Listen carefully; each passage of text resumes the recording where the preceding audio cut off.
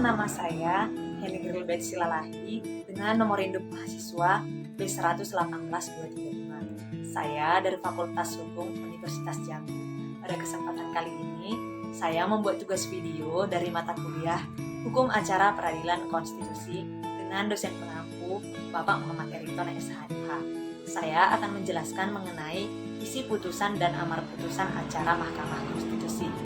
Namun, sebelum sampai pada penjelasan isi putusan dan amar putusan acara Mahkamah Konstitusi, ada baiknya kita harus mengetahui apa itu Mahkamah Konstitusi. Mahkamah Konstitusi adalah salah satu pelaku kekuasaan kehakiman sebagaimana dimaksud dalam Undang-Undang Dasar Republik Indonesia tahun 1945. Mahkamah Konstitusi ini merupakan salah satu lembaga negara yang melakukan kekuasaan kehakiman yang merdeka untuk menyelenggarakan peradilan guna menegakkan hukum dan keadilan. Nah, dalam acara Mahkamah Konstitusi ini ada yang dikatakan putusan. Dari putusan ini saya akan menjelaskan mengenai isi putusan dan amar putusan acara Mahkamah Konstitusi. Langsung saja, yang pertama isi putusan. Dalam pasal 48 Undang-Undang Nomor 24 Tahun 2003 tentang Mahkamah Konstitusi dikatakan di sana mengenai substansi putusan. Substansi putusan tersebut ada dua. Yang pertama, Mahkamah Konstitusi memberi putusan demi keadilan berdasarkan ketuhanan yang Maha Esa. Yang kedua, setiap putusan harus memuat ada 7, yaitu yang pertama, kepala putusan berbunyi demi keadilan berdasarkan ketuhanan yang Maha Esa. Yang kedua, identitas pihak. Yang ketiga, ringkasan permohonan. Yang keempat, pertimbangan terhadap fakta yang terungkap dalam persidangan. Yang kelima, pertimbangan hukum yang menjadi dasar putusan. Keenam, amar putusan. Serta yang ketujuh, hari dan tanggal putusan, nama hakim konstitusi, dan panitera.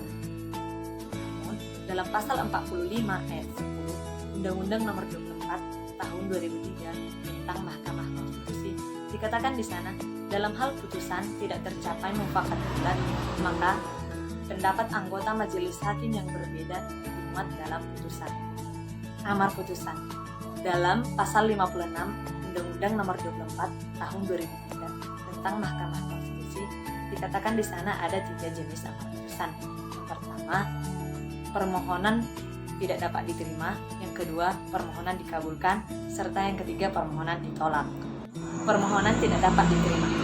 Dalam pasal 56 ayat 1 Undang-Undang Nomor 24 Tahun 2003 tentang Mahkamah Konstitusi dikatakan di sana, dalam hal Mahkamah Konstitusi bahwa pemohon dan atau permohonannya tidak memenuhi syarat sebagaimana dimaksud dalam pasal 50 dan pasal 51 Undang-Undang Mahkamah Konstitusi tentunya, maka amar putusan menyatakan permohonan tidak dapat diterima. Permohonan dikabulkan.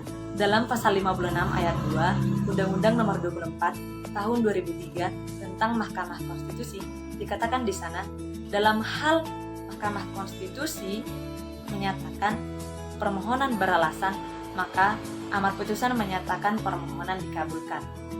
Permohonan ditolak.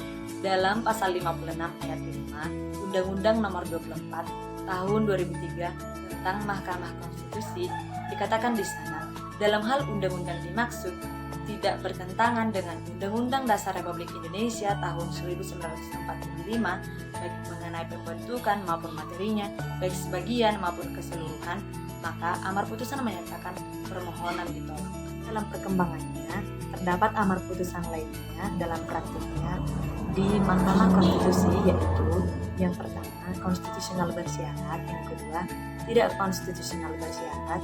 Yang ketiga, penundaan keberlakuan putusan, serta yang keempat, perumusan norma dalam putusan. Demikian yang dapat saya sampaikan. Mohon maaf jika ada kesalahan saya. Akhir kata saya ucapkan terima kasih.